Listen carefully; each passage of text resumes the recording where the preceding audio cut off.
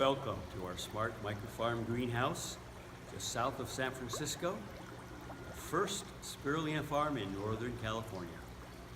Take a look. Here we grow spirulina, a blue-green algae, year-round in a controlled environment greenhouse. All naturally grown, no pesticides, no herbicides, no fungicides, non-GMO, 100% vegetarian. In a small area, fast-growing microalgae like the superfood spirulina can produce higher income than growing conventional food, herbs, or vegetables. Spirulina is harvested several times a week. A fresh harvest collects on a microscreen like a creamy yogurt, then can be frozen or dehydrated. We package and distribute SpiruSource. Fresh harvest, fresh frozen, low temperature dried crunchies and powder.